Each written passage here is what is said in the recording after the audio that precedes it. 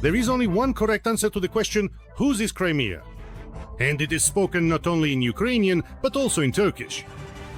Turkey's President Erdogan, who is always stabbing Putin in the back, is ready to fight for the return of the peninsula to Ukraine. Turkey does not recognize the annexation of Crimea.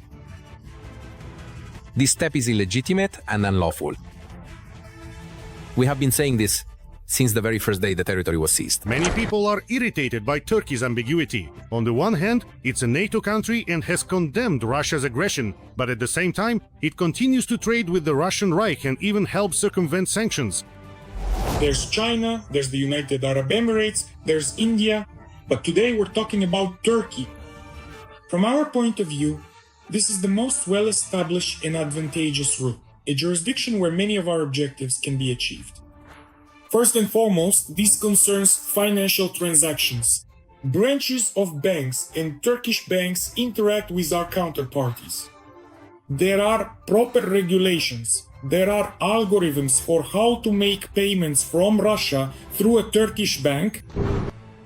But despite the exchange of tomatoes for gas, Turkey is definitely not a friend of Russia. In fact, quite the opposite. Turkey and Russia are strategic enemies. With the annexation of Crimea under the banner of historical justice, the balding dwarf Führer gave Erdogan the green light to annex half of Russia. Because Comrade Erdogan is also a well-known history enthusiast and a collector of Turkish lands. Erdogan even has a map hanging in his office called Greater Turan, on which Kuban, the Rostov region, the North Caucasus, and half of Siberia are part of Turkey. Ankara considers this the Turkic world, and that Turkic-speaking peoples urgently need to be protected from the Russians. The capture of Kazan is a very tragic date. Every Tatar knows. And Tatarstan absolutely must be the very first to declare its complete exit from the so-called racist federation. There must be complete liberation with the Tatar language in Tatarstan. Independence for the Tatars. Crimea also ended up on the map of Greater Turkey for a reason, because Crimea was part of the Ottoman Empire for much longer than it was part of Russia. In 1475, the Ottoman Empire seized the Genoese colonies on the peninsula and took control of the coastal cities. The Crimean Tatars, with autonomous rights, acknowledged their dependence on the Sultan. The Crimean Khanate became an ally of Turkey and its military stronghold on the northern borders. From Crimea, which supposedly had always been Russian, raids were repeatedly launched to burn Moscow. And not just on their own, but in partnership with Ukrainian Cossacks.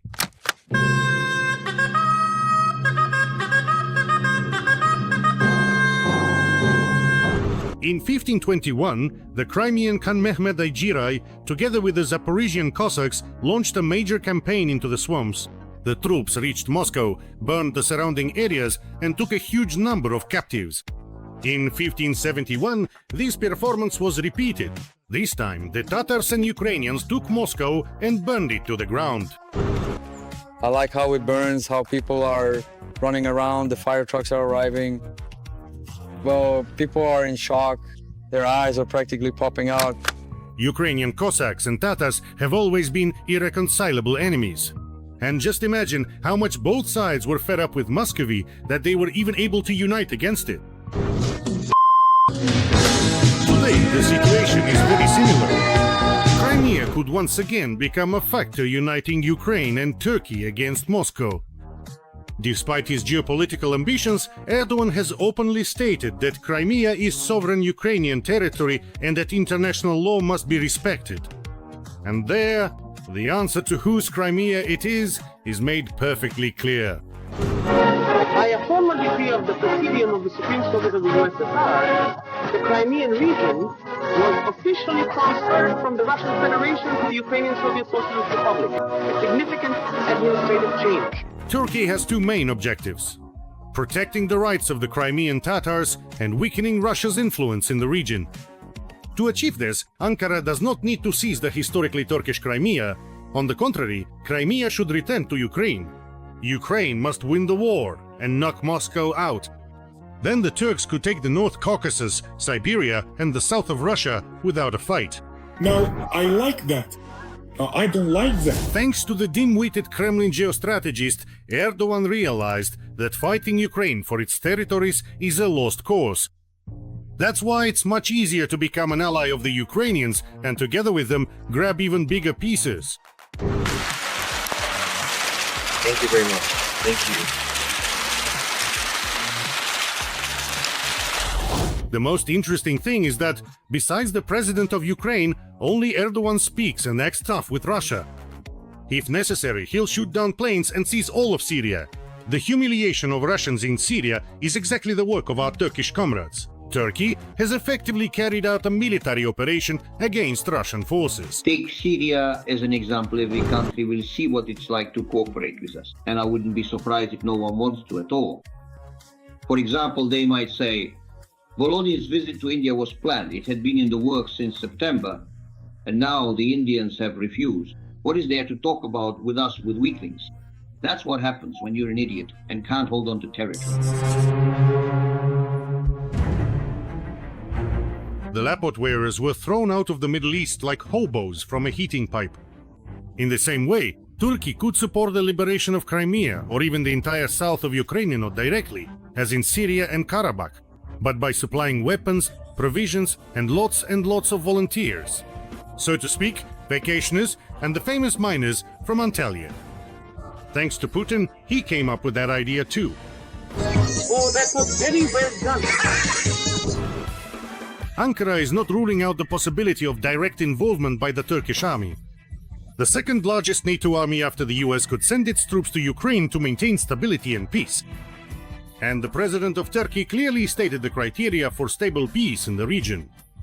These are Ukraine's territorial integrity and adherence to international law. Ankara will steadfastly support Ukraine's sovereignty and territorial integrity, especially amid ongoing negotiations for a peaceful and lasting end to the war with Russia. In the future process, Ukraine's territorial integrity is especially important to us. Its sovereignty is also absolutely indispensable for us. European allies are also ready to deploy their peacekeeping forces in Ukraine. But there's a nuance. It was the Turks who showed they are not afraid of either Putin or his horde. The Turkish army can become not only a peacekeeper but also an ally of the Ukrainian armed forces. Glory to Ukraine. Glory to all the brave heroes. Ukraine is now a natural ally of Turkey. Ukrainians have already done what the Turks could only dream of. They drove the Russians out of the Black Sea. More precisely, they drove them into oblivion. Crimea has effectively lost its strategic and military significance. Russian ships literally go there just to die.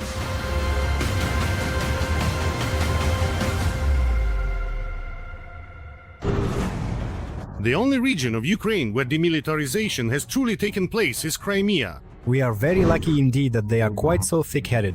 Turkey and Ukraine are also jointly engaged in the development and production of modern weaponry. And it is precisely this cooperation that could even become a competitor to the US in the future. Considering that America has recently seemed like a rather unreliable supplier. The president of Ukraine, Volodymyr Zelensky, held a meeting with the head of Baykar, Haluk Bayraktar, during which they discussed the details of building a new plant in Ukraine and a number of joint projects. In Crimea, the Ukrainian-Russian war began, and in Crimea it will end. But only for Ukraine. As for the Russian pseudo-empire, the upheavals will only continue to gain momentum. Who knows, maybe Ukraine will lease the base in Sevastopol to Turkey. Or maybe by that time, Turkey will already have its own base in Novorossiysk. That was indeed a truly clever and ingenious idea of yours. Once again, Russia has effectively and decisively united against itself, those who possess plenty of extensive experience burning Moscow and sinking it too.